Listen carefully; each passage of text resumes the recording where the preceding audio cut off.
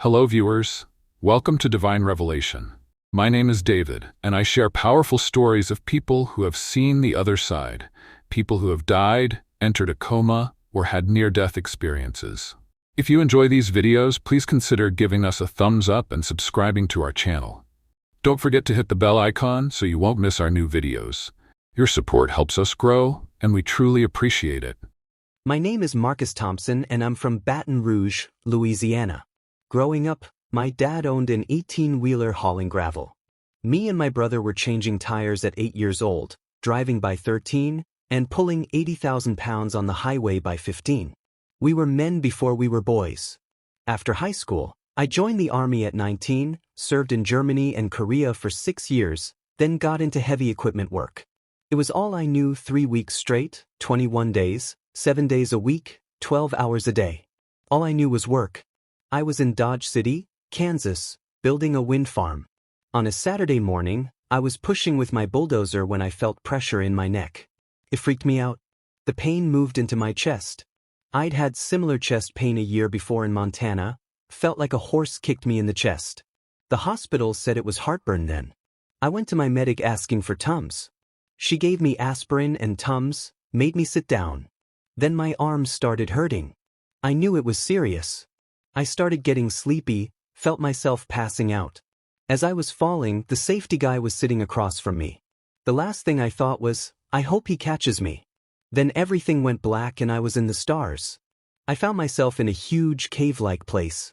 The walls came down, but where a floor should have been, there was no floor, just like looking down into the night sky. I was floating without realizing it. There was a walkway of square stones leading to a door in the wall, like old castle doors. I had no fear. In the doorway was a translucent figure, like a ghost. I was curious, not afraid. I thought, I want to go see what that is, and instantly took off, moving faster than humans can move. Then everything went black until I saw a bright light, like a flashlight searching. It was so bright I instinctively blocked it. The light took me in and became soft. The part one was facing turned to fog, then cleared to reveal a blue sky. That's when I saw Jesus. Immediately love and peace flowed through me, powerful, like being plugged into electricity. It was unlike anything I'd ever felt. I saw the words forgiveness, love, and peace. Each step I took, I started losing Marcus. My soul knew what was coming. My mind was crystal clear with no worries. I felt incredible, like I could do anything. I floated down to pine trees, seeing every single needle with perfect clarity. I saw a drop-off like the California coast, and below was a garden with flowers big as dinner tables. They were mesmerizing, full of life, and felt like they were looking at me. I could zoom in on any flower I wanted to see up close. Then I was in blue sky again. For bright lights appeared, getting bigger as they approached. Small lights started popping up all around me, swirling. I felt these were my deceased family members. The small lights went to the top big light like bullets, melting together to form a man made of light. He was pure power. He flew around the sky, never stopping looking at me. When he left, he moved so fast there were traces of himself that slowly disappeared. I opened my eyes to find my medic pushing on my chest. When I said, "Hey," she jumped off me, eyes huge. "Your heart stopped," she said. "Marcus, you died." I asked how long I was gone. 4 to 5 minutes, she said. I couldn't believe it. I experienced what felt like an hour in just minutes. My shirt was cut open, patches on my chest, machine beeping. Everyone was against the wall, not wanting to look at me. They called a helicopter. I joked about paying for it the rest of my life, trying to lighten the mood because I wasn't afraid anymore. In the ambulance, I had a second near-death experience. I stood next to my body, looking at myself like it was just an it.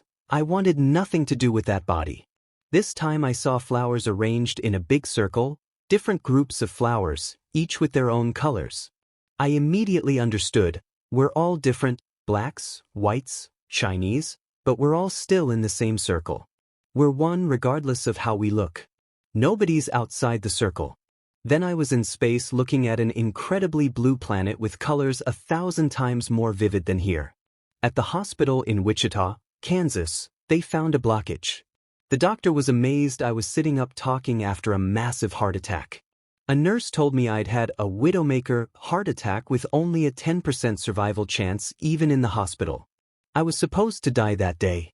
They put me on a vest that would shock me if my heart acted up, since I was only pumping 30 to 35% when it should be 55%. After 3 months of testing, a doctor called and said I could remove the vest. Since the 70s, he said, only you and one other person have completely healed from this type of heart attack. You are a miracle. I'm not afraid to die anymore. When it happens, it happens. Don't cry over me.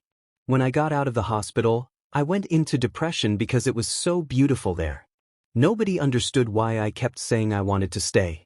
I had left here, dropped this body, and was back home. Then I had to come back.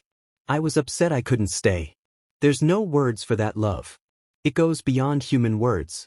Everything is about love.